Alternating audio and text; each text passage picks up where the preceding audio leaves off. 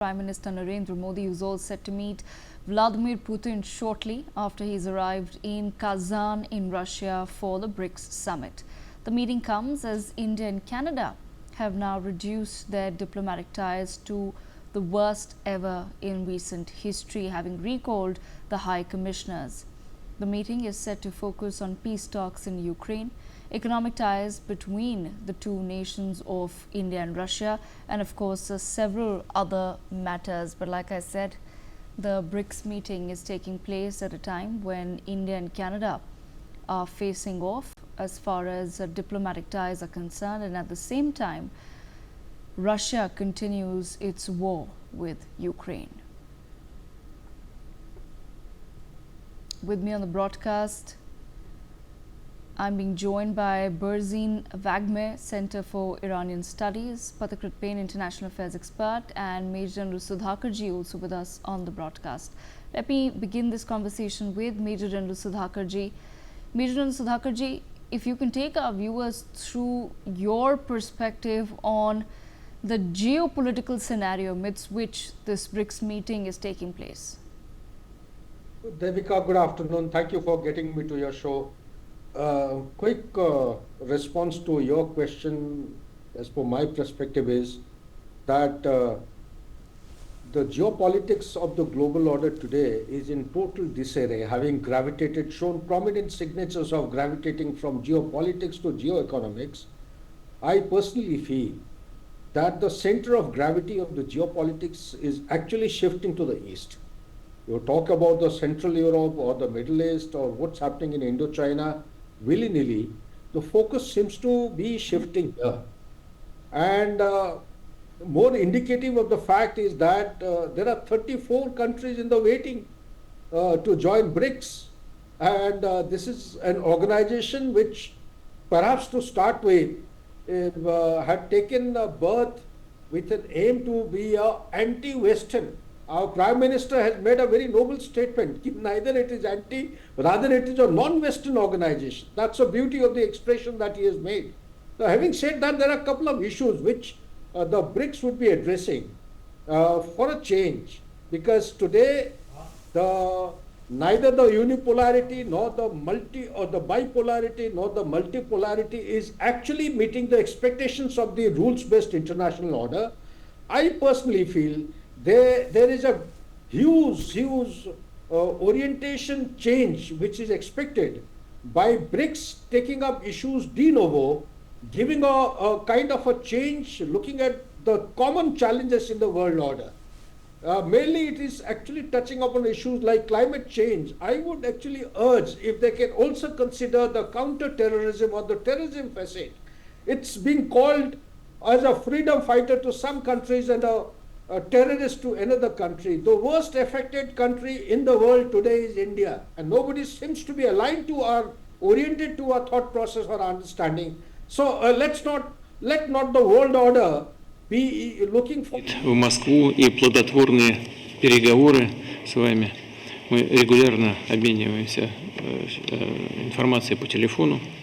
Признателен, что вы откликнулись на наше приглашение и лично приехали в Казань на саммит БРИКС. Сегодня мы вместе примем участие в церемонии открытия саммита, затем предстоит общение лидеров за ужином, и таким образом мы начнем уже нашу работу. В Казани мы должны принять целый ряд важных решений, направленных на дальнейшее совершенствование деятельности объединения и укрепление в Казань на саммит БРИКС. Сегодня мы вместе примем участие в церемонии открытия саммита, затем предстоит общение лидеров за ужином, и таким образом мы начнем уже нашу работу. В Казани мы должны принять целый ряд важных решений, направленных на дальнейшее совершенствование деятельности объединения и укрепление в Казань на саммит БРИКС. Сегодня мы вместе примем участие в церемонии открытия саммита, затем предстоит общение лидеров за ужином, и таким образом мы начнем уже нашу работу. В Казани мы должны принять целый ряд важных решений, направленных на дальнейшее совершенствование деятельности объединения и укрепление в Казань на саммит БРИКС. Сегодня мы вместе примем участие в церемонии открытия саммита, затем предстоит общение лидеров за ужином. ये एक ऐतिहासिक बहुत दिलचस्प शहर है जो वोल्गा नदी के किनारे पर स्थित है। मुझे याद है कि हमारे जुलाई की मुलाकात की याद है जब हमारे बहुत अच्छे चर्चा हुई बहुत विषयों पर। इसके बीच हम टेलीफोन पर कई बार हमने बात की। कज़ान आने का आमंत्रण स्वीकार करने के लिए मैं आपका बहुत आभारी हूँ। तो आज हम ब्रिक्स शिखर सम्मेलन के उद्घाटन सेरेमनी में भाग लेंगे और उसके बाद डिनर के समय हम भी बात करेंगे दूसरे नेताओं के साथ। आज आने वाले ब्रिक्स के दौरान समिट के दौरान हमें कई बहुत महत्वपूर्ण निर्णय पर पूरा करना चाहिए। तो एक बार फिर कज़ान में आपका स्वागत है। В Казани мы должны принять целый ряд решений по совершенствованию деятельности объединения. ब्रिक्स की कार्रवाई को सुधारने के लिए हमको कई अहम डिसीजन लेना पड़ेगा। И очень ценим наше взаимодействие на этом направлении, имея в виду, что наши государства стояли у истоков создания объединения. हम रूस और भारत के बीच जो सहयोग चल रहा है हम वो बहुत महत्वपूर्ण मानते हैं। खासतौर पर ये बात भी आगे चलता है। И очередное заседание межправкомиссии намечено на 12 ноября в Нью-Дели. और 12 दिसंबर को नई दिल्ली में अंतर सरकारी आयोग की अगली बैठक होने वाली है। Последовательно развиваются крупные проекты. हमारी बड़ी परियोजनाएं लगातार विकसित हो रहे हैं। И мы приветствуем ваше решение открыть в Казани Генеральное консульство Индии. और जो आपने कज़ान में भारत का कौंसल जनरल खोलने का निर्णय लिया हम इसका स्वागत करते हैं। Расширение дипломатического присутствия Индии в России будет способствовать дальнейшему развитию двухсторонних отношений. भारत के कूटनीतिक उपस्थिति से हमारे सहयोग को फायदा मिलेगा। Уважаемый господин премьер-министр, мы очень рады видеть вас и всю вашу представительную команду в России. माननीय प्रधानमंत्री जी, हम आपको और आपकी प्रतिनिधि मंडल रूस में देखने से हमको बड़ी खुशी है। एक्सेलेंसी, मैं आपकी मित्रता, गर्मजोशी भरे स्वागत और आतिथ्य सत्कार के लिए हार्दिक आभार व्यक्त करता हूं। मेरे लिए खुशी की बात है कि ब्रिक्स समिट के लिए कजान जैसे खूबसूरत शहर में आने का अवसर मिला है। इस शहर के साथ भारत के गहरे और ऐतिहासिक संबंध रहे हैं। कजान में भारत के नए कॉन्सुलेट के खुलने से ये संबंध और मजबूत होंगे। Ваше превосходительство, в первую очередь позвольте от всей души поблагодарить вас за вашу дружбу, за теплое и радушное гостеприимство. Отрадно, что мне посчастливилось, что я приехал в Казань, в такой прекрасный город, для того, чтобы участвовать в саммите БРИКС. Индия имеет глубокие исторические связи с этим городом. И после того, как откроется генконсульство Индии, в этом городе наши отношения еще крепнут. एक्सेलेंसी, पिछले 3 महीनों में मेरा 2 बार रूस आना हमारे करीबी समन्वय और गहरी मित्रता को दर्शाता है। जुलाई में मॉस्को में हुई हमारी एनुअल समिट से हर क्षेत्र में हमारे सहयोग को बल मिला है। Ваше превосходительство, это мой второй визит в Россию за последние 3 месяца, и это свидетельствует о тесной координации и крепкой дружбе между нашими странами. В июле в Москве, как вы правильно упомянули, мы провели двусторонний саммит, и благодаря нашим дискуссиям наше сотрудничество во всех областях укрепилось. एक्सेलेंसी, पिछले 1 वर्ष में ब्रिक्स की सफल अध्यक्षता के लिए मैं आपको बधाई देता हूँ। 15 वर्षों में ब्रिक्स ने अपनी एक विशेष पहचान बनाई है और अब विश्व के अनेक देश इससे जुड़ना चाहते हैं। कल मैं ब्रिक्स समिट में भाग लेने के लिए उत्सुक हूँ। Ваше превосходительство, вы успешно руководите объединением БРИКС с начала года. За это я хотел бы вас поздравить.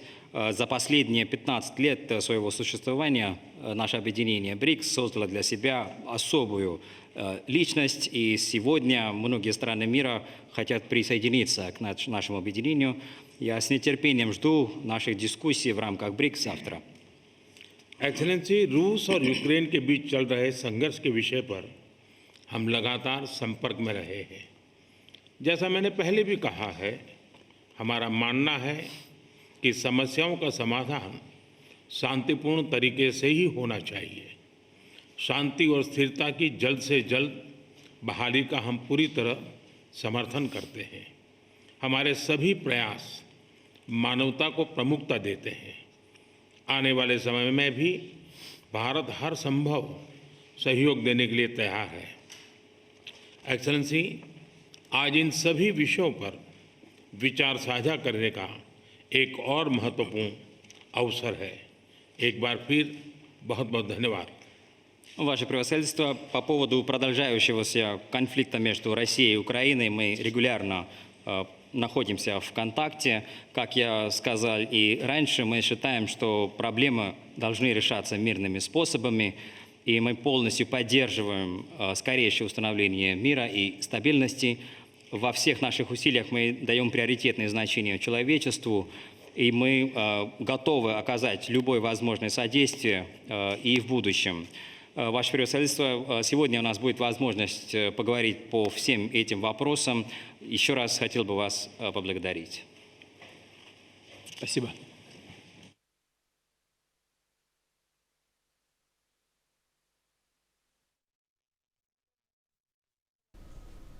All right, so there you heard it. Those were the initial statements that were made by Prime Minister Narendra Modi and the Russian President Vladimir Putin. Let me bring Major Sudhakarji back into the conversation before I bring in another guest as well. Major Sudhakarji, you've just heard what the Prime Minister as well as Vladimir Putin have had to say. Sir, your first thoughts? Well, my thought, first thing is the diplomacy and dialogue. There are no solutions in battlefield ever can be found. One. Number two, I personally feel that the world order is changing. The trust deficit is mounting by the day. There are more number of countries who are unable to find justice in the international order are shifting basically to find their focus area, their aspirations to be met. And therefore, they are actually gravitating towards BRICS. Third point, which Prime Minister indirectly has hinted, though not stated, is that there is a requirement to have a well safeguarded financial instrument. You cannot take somebody's forex and freeze it forever and utilize the interest generated by that fund to pay to the warring party. This is never done in any kind of warfare. This perhaps could have been stated by the Prime Minister. And the last but not the least is that the world order is changing. We need to actually find very practical solutions through the process of discussion, diplomacy, dialogue, peace and harmony. Back to you, Devika.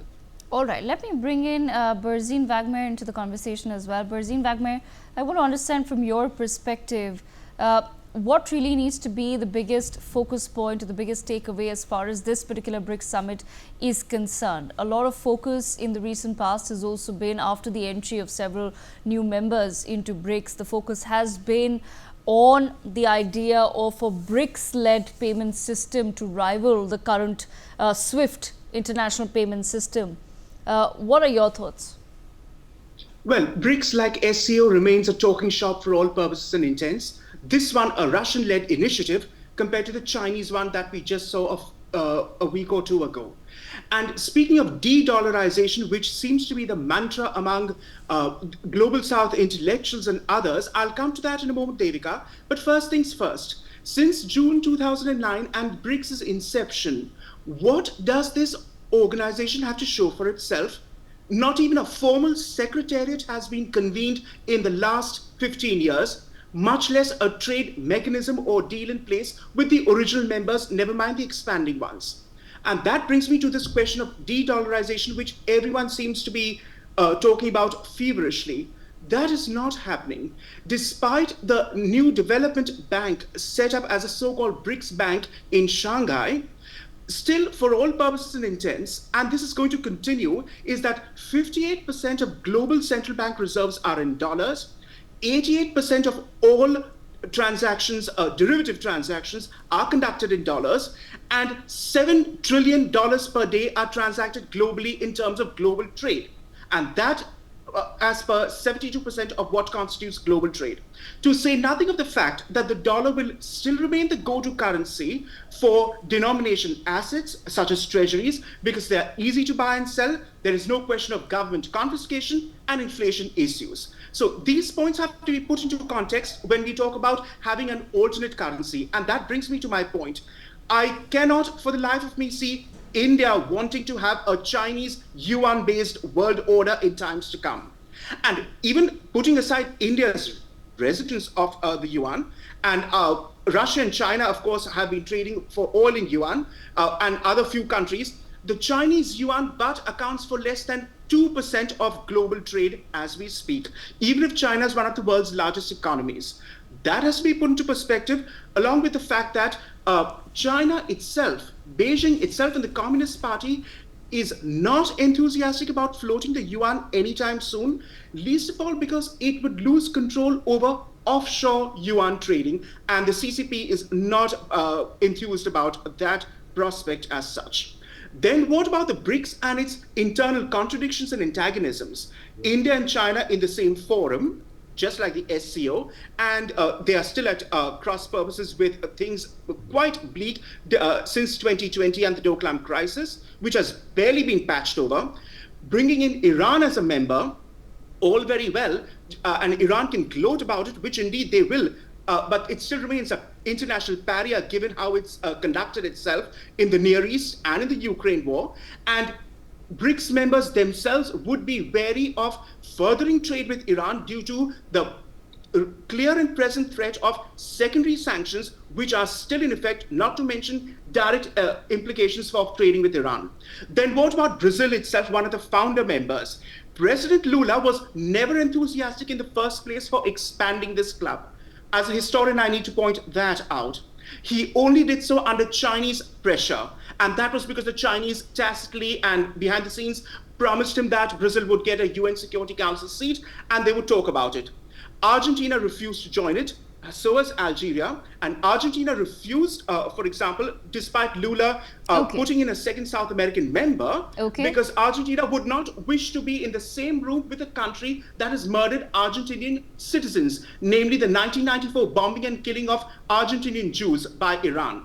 Mexico refused to join also, and Mexico's perspective actually mirrors that of India, which maintains that it wishes to conduct multilateral diplomacy, but not be involved into internal affairs of other countries, as New Delhi likes to put it. And Mexico has made it quite plain, Devika, that they do not want to join a forum which is but more Mr. Wagner, ideologically and anti-Western driven. Mr. Wagner, as I such. would like to ask you then, you've pointed out several factors as to what really, and the conclusion there is what true purpose is BRICS then serving in the world today. But given the current geopolitical circumstances, a symbolic counterweight. It's just a symbolic counterweight, as if to show that Russia still can call the shots despite the dissolution of the Soviet Union. And Russia, for example, Devika, this example needs to be put. This very month, October, Russia is down to bartering. Never mind being an economic partner. Russia had to barter dal and chana, lentils and chickpeas, to Pakistan for importing oranges and other citrus fruit. So that is this. I will just leave you with that example of what is Russia's economy in the current scenario, with $282 billion quite justifiably seized as assets because of its situation, and given the war, an unprovoked war that it started in Ukraine, and for which we are all on the same page, quite frankly, whether Russia or its third world partners like South Africa like to believe it or not. That is not how international transactions are conducted, by going into other people's backyards and just taking it over as a country. Not happening. All right, I want to bring Pathikrit into the conversation. Pathikrit, what true purpose can BRICS then serve as far as the current geopolitical scenario of the world is concerned? And also, was this war with Ukraine unprovoked for Russia in your perspective?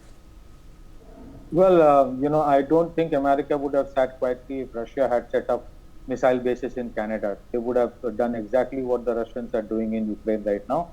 So we may have differences of opinion as to what's the reason for the conflict. If Russia had to actually acquire all the countries for the sake of creating a Soviet Union, they could have started from with Kazakhstan, Uzbekistan, Tajikistan. Nobody, not even a NATO, would have come to protect them. So there's no reason they started with Ukraine had it not been for any specific purpose and the provocation. There's no reason for NATO to survive today. Secondly, let me tell you, yes, BRICS has a lot of issues. No one denies that. And Berzin is absolutely right that ideally they should start with the secretariat. They still don't have a secretariat. But please understand why there is so much of enthusiasm around BRICS. There is so much of enthusiasm around BRICS for certain reasons. Number one, United Nations and its entire dispute resolution mechanism has been a total flop. Till date, from 1945 onwards, UN has never been able to solve a conflict. It has never been able to prevent a dispute from taking the shape of a conflict. This is where BRICS has a potential. I'm not saying BRICS will be successful, but I'm saying BRICS has a potential. Secondly, people still want to believe and trust in dollar. But what do you do when dollar is weaponized? That you keep on imposing sanctions on countries and then you threaten countries that do not trade with that country or your banks will also be sanctioned. Secondly, when it comes to SWIFT, the Society for Worldwide Interbank Financial Transaction, it is a society. It was never supposed to be weaponized by somebody. That is being weaponized. And that is where countries like Russia and India had to find out an alternate payment mechanism system. It is not that we want to do it, but we are being pushed to do it. Today, India would have faced same kind of challenges many of the Western European countries are facing had we not continued taking oil from Russia. Third, when it comes to independent foreign policy, look, the West can't keep on thinking that West knows the best what is good for the rest. When it comes to international, Bretton Woods financial system, IMF, World Bank must introspect as to who they serve. Do they take into account the interest of the global South countries? When unilateral sanctions are imposed on countries, including a country like Russia, which is commodity rich, it has tremendous impact on the global pricing of commodities. Small economies suffer the maximum who have tremendous balance of payment challenges. World Bank doesn't talk about it. When Sri Lanka was in huge crisis, World Bank did not come to save them. It had to be India. So that is where issues come in. Nobody wants an absolute de-dollarized world. But the issue is this. Should we also not have alternate? Look at a country like India. $700 billion plus foreign exchange reserve. If we entirely keep it in dollar, and tomorrow for somewhat the odd reason, given the way America now supports Canadian and American terrorists and who threaten Indian aviation sector, who threaten Indian parliament, tomorrow if our foreign exchange reserve gets frozen, what are we supposed to do? Should we not have alternates in terms of having a significant proportion in reserves in terms of gold and other currencies? Berzin is absolutely right. Nobody wants a one-denominated world as a replacement for dollar. But we are talking about spreading the basket. What BRICS can do is this, and what BRICS is actually working on is this. They are encouraging transactions in national currencies. For example, in case of India and Russia, transactions are happening in ruble. So what is happening? They would come out with an alternate to SWIFT, which Russia has already come out with, which is called SPFS.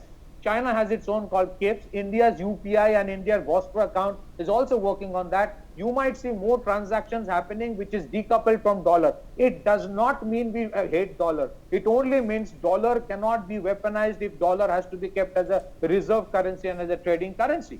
And last but not the least, there are multiple areas where UN was supposed to do much more than what it is doing right now. And that is why there is so much of enthusiasm among the African countries, among the global South countries, whether it is in area of education or technology or areas of other cooperation in disaster management. There is huge potential for BRICS. Yes, Berzin is right. Countries like Argentina or Iran may not be on the same page on everything, but not everybody is in the same page when UN was functioning and when UN is functioning. And that is what global forums are meant to be, to bring different organizations, countries come together and discuss. And that is where the potential of BRICS is.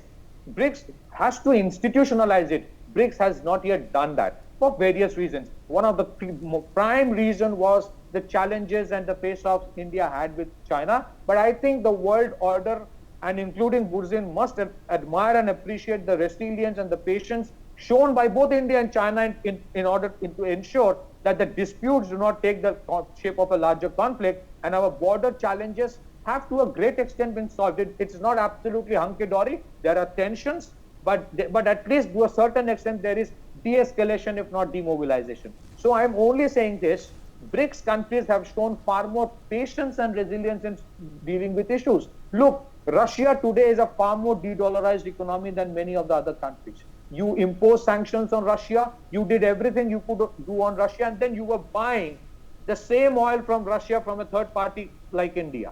So you have to understand that the world cannot keep on having conflicts.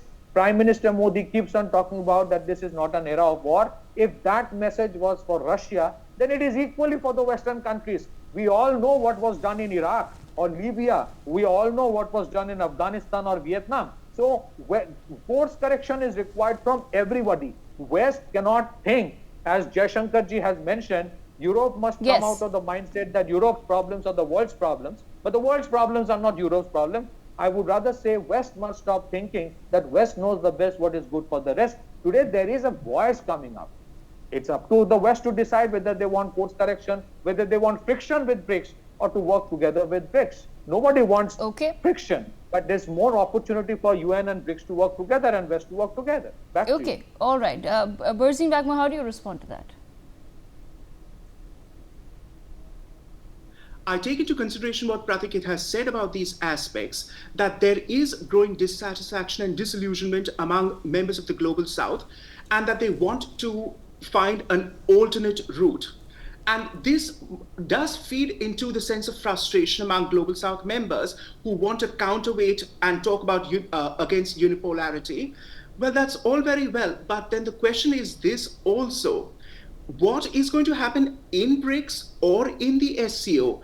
Are we going to be led by a yuan-based economy and a Chinese worldview of authoritarian capitalism and Chinese mores, Chinese ways of conducting business? Because China will dominate in more ways than one both of these fora, and we do know that. Russia is practically in hock to China, and it has become minuscule in terms of trading. And quite frankly, they become all of Siberian oil, which the Chinese are buying in yuan now, is at a song and practically theirs for the taking, the entire northeast Russian Siberian oil basin area as such. Russia is desperate and it has few partners to deal with. So it does deal with India and China as such, and of course Iran to a certain extent. But the point is, do we want to see a world led by Chinese-based governing characteristics or the Russian authoritarian worldview, which is not something I think that would go down well with the world's largest democracy when all is said and done. That's fair enough. I don't think I think Indians would loathe the system that is in effect in both China and Russia. You cannot stand on the street of Moscow, Devika, just now holding even a visiting card, never mind a placard with the word peace on it, which Prime Minister Modi spoke about just now.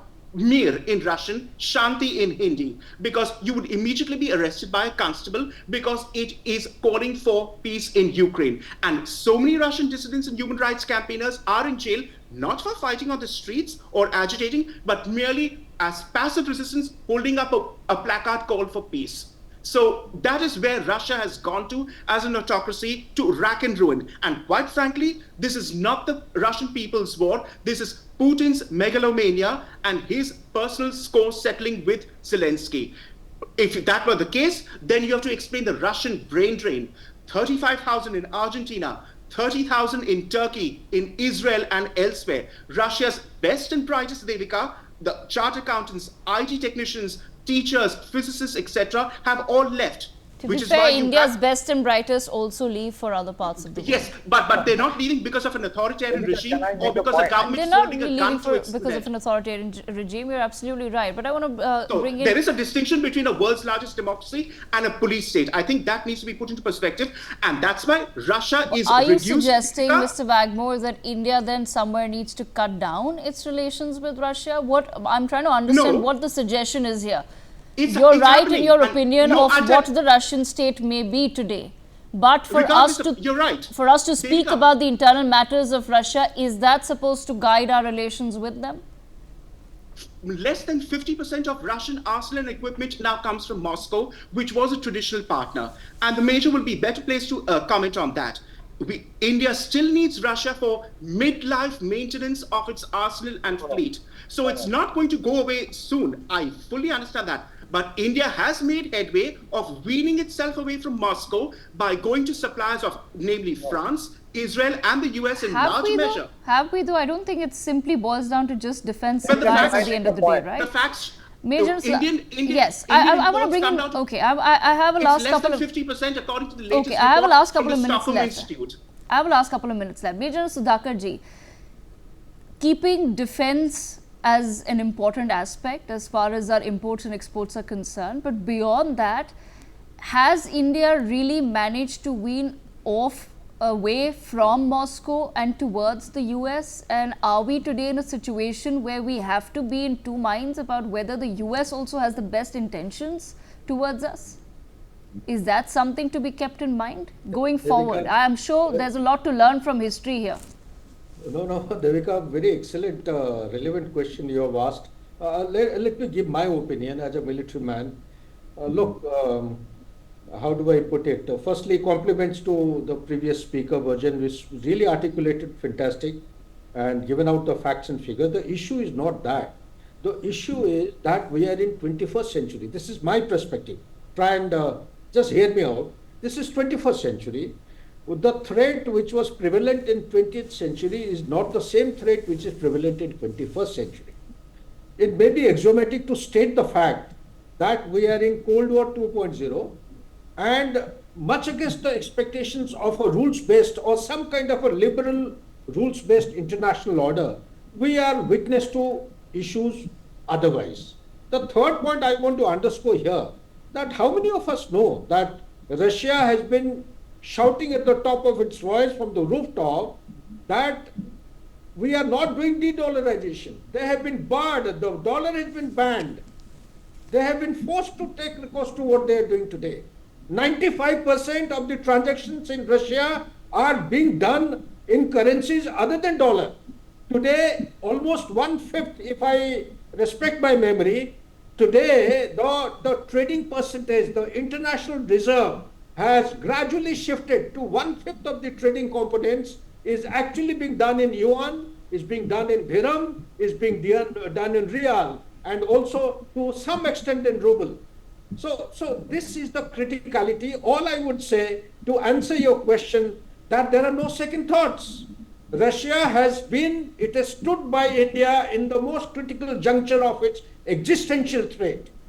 Russia is an evergreen friend.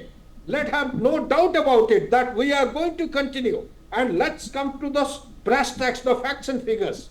At some point in time, our dependence on Russia as far as the military hardware was concerned, it was 86%. Now you find in a lot of literature, a lot of the platforms, it has been brought down by some calculation to 36%, our dependence on Russia. I would like to give the clarification here. This is all due to the emergency procurement which has taken place post Galwan incident, after the extended standoff took place. Our percentage of dependence has changed in favor of France, in favor of America, in favor of Israel. And the percentage has come down. This is a temporary phenomenon. The kind of inventory India is holding today, live alone 20 or 40 years, I am saying for next 50 to 75 years, your dependence will continue until unless we attain the status of Atmanirbhar Bharat, which also at the moment is a tall order. It's a very noble objective, but things are not going to be on a piggyback in 10, 20 years. We have to consistently, in a sustained manner, invest in R&D and thereafter focus and give impetus to the very concept of Atmanirbhar Bharat so as to reduce our dependency in any country. India, ideally speaking, would like to depend on any country for that matter, be it the engines for the aircraft, be it engines for the ship, or be it engines for the tank. And I do certainly wish we had the time to discuss why exactly the NATO truly is expanding today and how it links to America's biggest source of income, which is the defense industry. But unfortunately, I don't have the time to get into that. I thank all of our guests for joining us to take us through their perspectives on the BRICS Summit. For more such videos, subscribe to the NewsX YouTube channel, hit the bell icon.